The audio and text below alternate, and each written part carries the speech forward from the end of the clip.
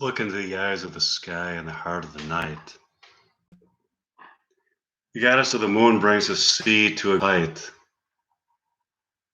Travel back and forth in and out of your soul. Listen to the wisdom of the rock and roll. Beautiful in dreams, I can see her on a beam of light. Blowing in the wind are the leaves of a mighty tree. Standing by the sea is the girl that I will always see. Naked as she swims to the ocean's peak, poetry and love are the words she speaks. Run into the sand of a beach in a stellar land. It's where you'll fall in love as you float above. Oh, that was a song that I wrote.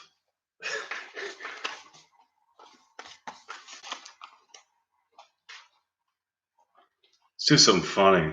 Okay.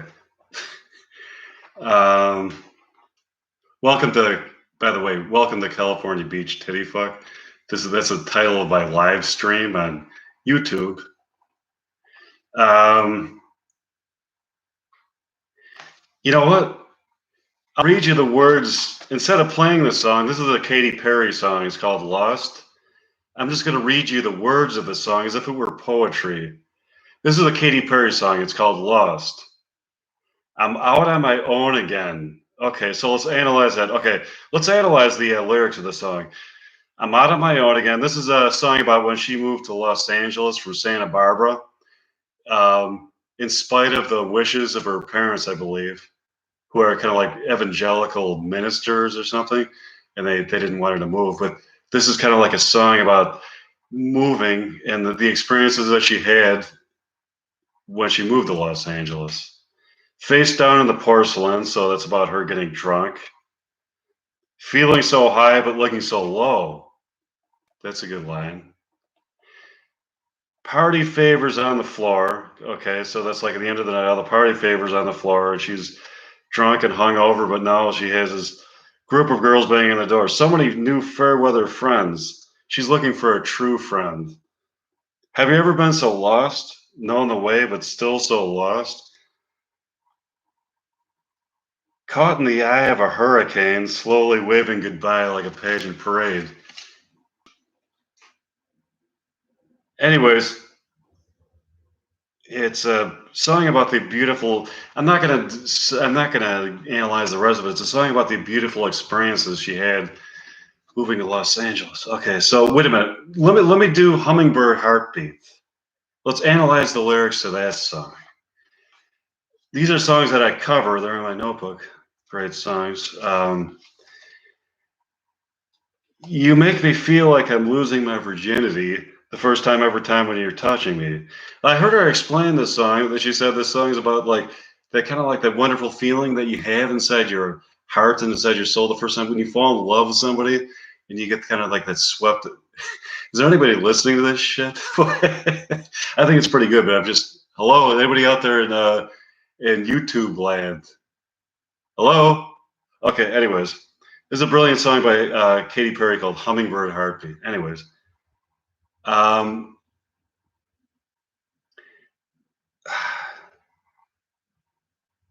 Okay, you get the point with that song. We'll see. What else we got here?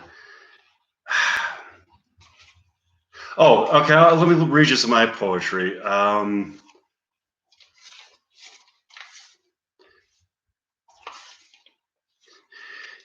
In Dream City with my silvery white. So what did I mean when I said that? In Dream City. Dream City was kind of like a city that I imagined to be like in the collective subconscious of a collective group of people. Dream City. It's where they're when they're asleep, their subconsciouses collectively drift into the city called Dream City.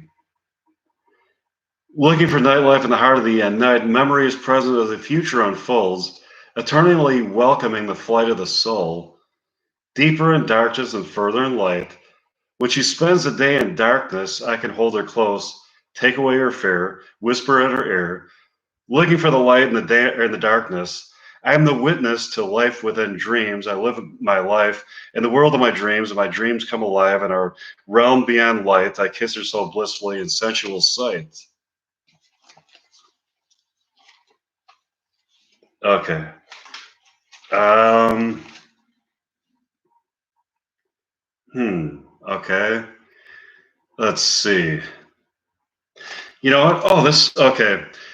Perception born out of matter gives a human form the illusion of existential truths. This is what is known as reality. The truth is that reality exists on an infinite expanse of permutations. Come explore another reality with me. So that's me kind of like trying to okay, so if you remember the show The Twilight Zone, um remember the Twilight Zone, I was kind of like trying to write my own introduction to kind of like a sci-fi, kind of like a Twilight Zone type show, which I've written scripts for, but it's my own kind of not. I don't want to copy the Twilight Zone, but I want to do like a sci-fi type of show similar to the Outer Limits of the Twilight Zone. But that's all my own. I have put my own originality into it, my own stamp on it. I don't know what it's going to be called yet, but that was going to be the introduction to it. So I was trying to think with the um, let me remember the Tales for the Dark Side. Remember that show? It's like, remember the intro to that show was like, man lives in the sunlit world of what he believes to be reality, but there is, unseen by man, a place that is just as real, but not as brightly lit, a dark side. So that was the Tales for the Dark Side intro, and that was mine. So this was like one of the scripts I wrote. Part of one of the. I'll read you part of one of the scripts I wrote for it. Let's see. Marvin, an architect employed by Ornate Architecture in Sacramento, California, and his wife Evelyn, a housewife. He chose to be his wife. Are having dinner. I don't think I ever finished this script. I wrote a bunch of these. How was your day, Evelyn? It was extraordinary, or extraordinarily unusual. Really? Can you explain this to me? You might not believe this, Marvin, but here's what happened. I was in the backyard reading a book in my lawn chair today when a helicopter landed in front of me. That is unusual, Evelyn. Yes, I would agree, Marvin. That is unusual. But here's the really unusual part of the story. The helicopter was miniature in size, only about as big as a toy. The doors of the helicopter open up, and from out of it emerges miniature versions of you, me, and the kids. These miniature versions of us are only, I would say, 7 inches tall at best. Other than that, it looks exactly like us. That's unusual. You know what? Do you want to hear more of this? Sure, Evelyn. Okay, let me tell you this, Marvin. This family, who are the exact miniature versions of us and the kids, fly around in this helicopter and land in different cities every day. They have our house photographed and they bring presents to our kids. So what the hell was this story about? I wrote this story when I was living in Lincoln Park. I remember having the idea. I was living in Lincoln Park and I was walking around Park Ridge and I was trying to think of a new funny story. I thought, wouldn't it be funny if you found miniature versions of yourself and miniature versions of your neighbors or your friends or whatever, or whoever the hell they were, co-workers, or miniaturized versions of you and other people. And one set of miniaturized people was holding the other set of miniaturized people hostage. And you were talking to your friend on the phone of the situation, and you were both trying to decide like what to do and how to rectify the situation and how to come to some kind of peaceful conclusion. And I was trying to think of other plot twists that were that were going to be associated with the story and how to represent the people that are portrayed in the story and put them in a favorable light. And yet expound upon all the ramifications of all the. I'll get back to you on that. That's an idea that was never fully hatched. But let me see what else I got. What else is in this notebook?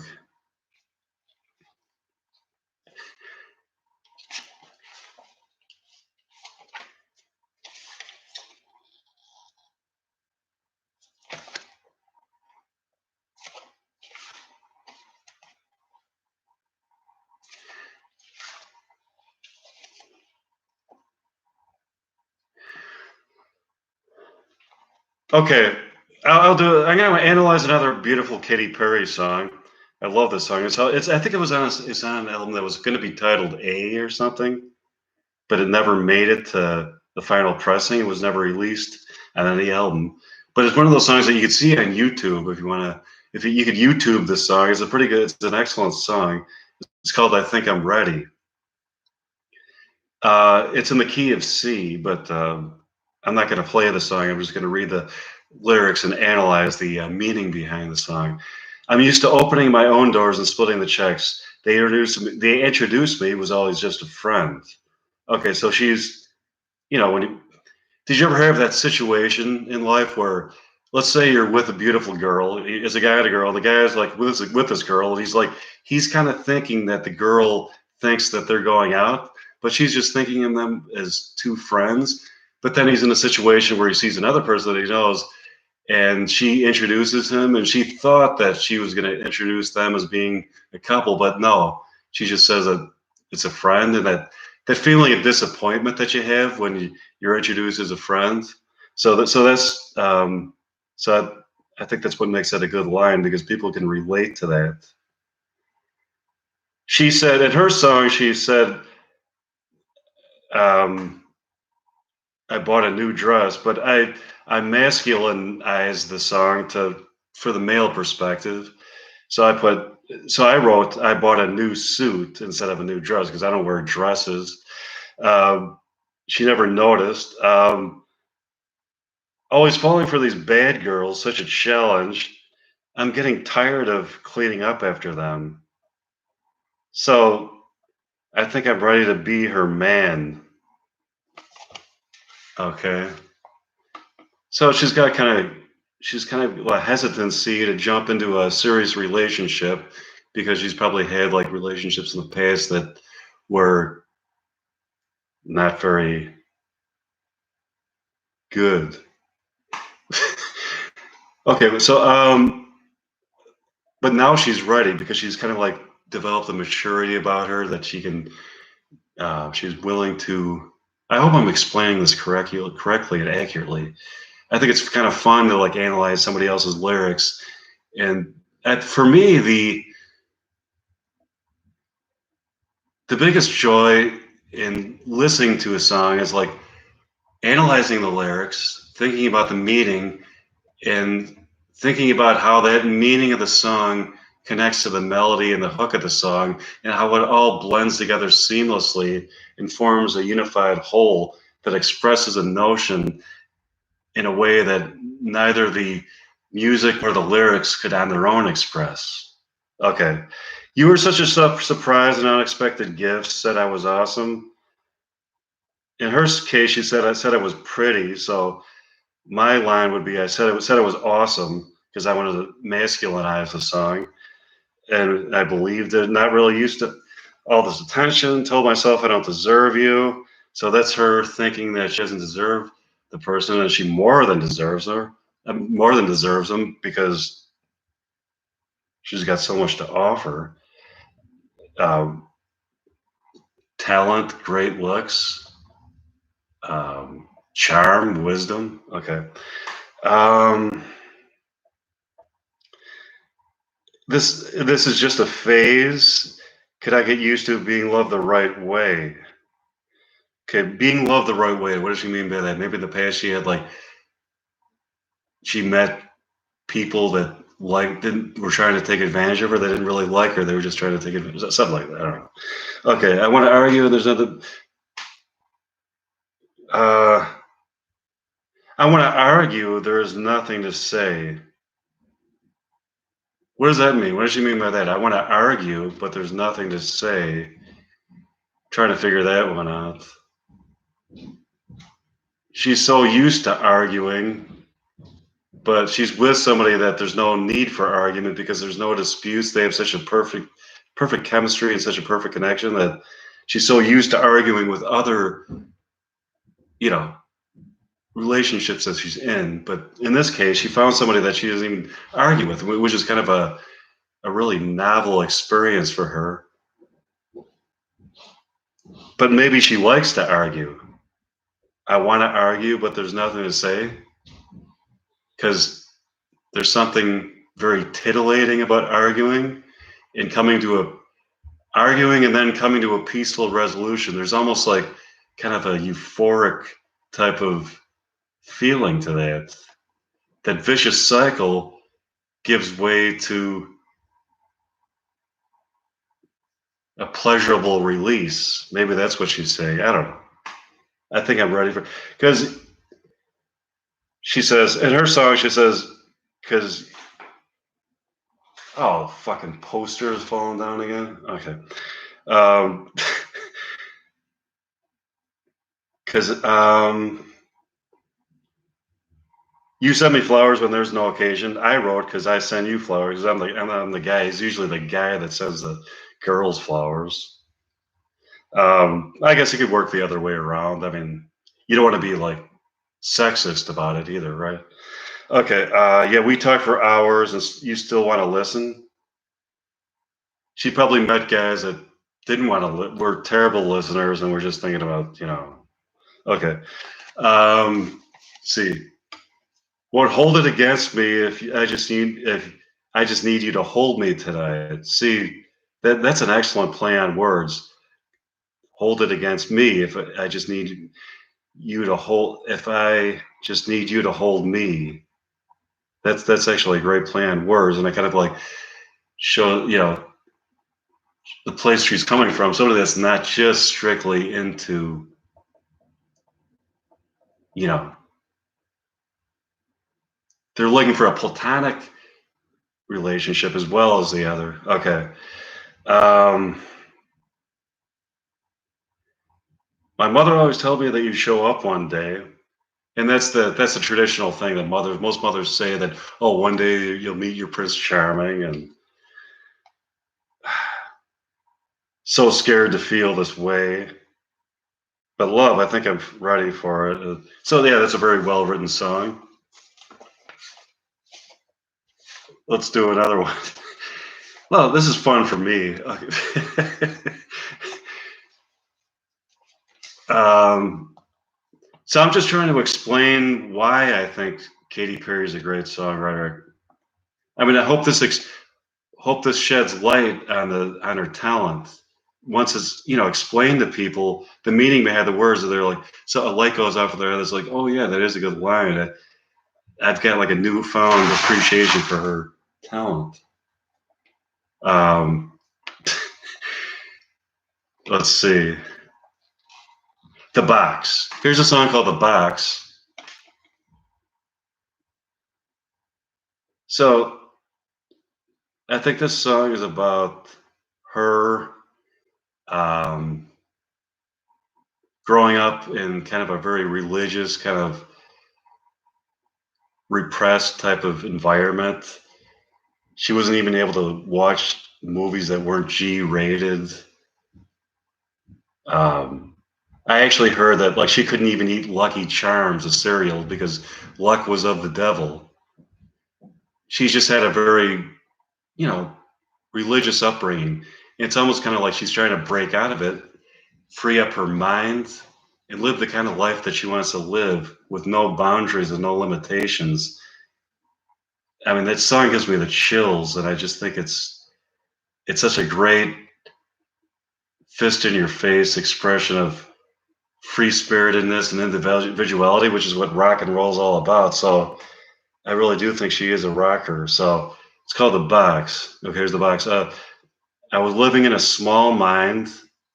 So her mind is, just living in a box. Her mind is inside a box. This religious upbringing that she was that was forced upon her, and she wanted to break free and go out and conquer the world with no lifeline. But the lifeline was inside her. It was her own intestinal fortitude that actually saved her in the end, I guess.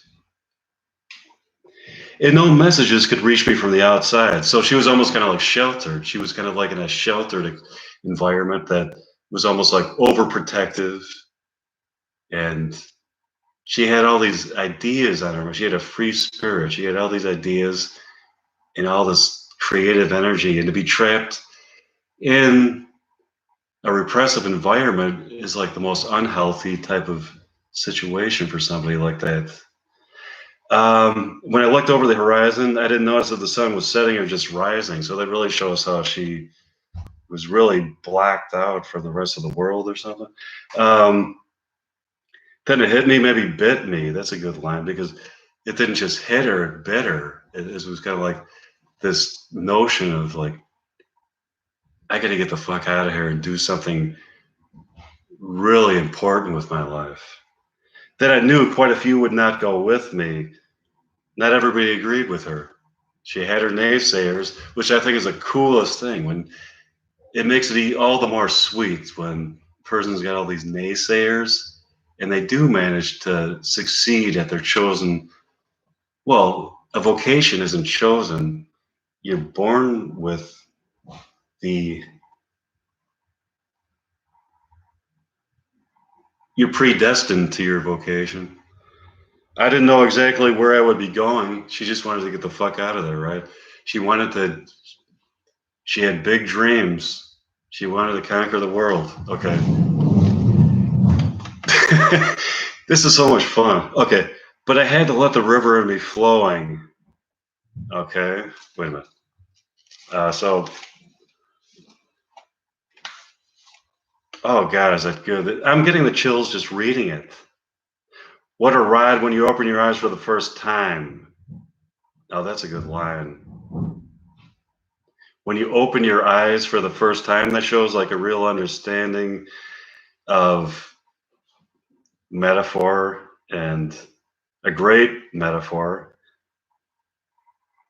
Not just seeing, but seeing, you know what I mean? A real surprise. Uh, I started living outside of the box, crossing over lines where I always used to stop. Living outside of the box, because I'm not going to be anybody that I'm not.